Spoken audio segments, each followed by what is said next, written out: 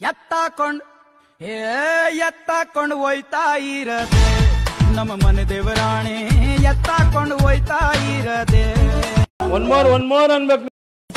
ನೀನೆ ನಿನ್ನ ಬಚ್ಚನ್ನು ನೀನೇ ನಿನ್ನ ಹೇಳಿಗಳೇ ಬಂದ್ರು ಪ್ರಾಣ ಕೊಡುವೆನು ಕೈಯ ಹಿಡಿವೆನು ಜೊತೆಗೆ ಇರುವೆನು ಕ್ಲೈಮ್ಯಾಕ್ಸ್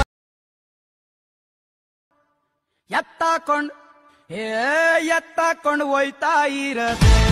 ನಮ್ಮ ಮನೆ ದೇವರಾಣೆ ಎತ್ತಾಕೊಂಡು ಹೋಯ್ತಾ ಇರದೆ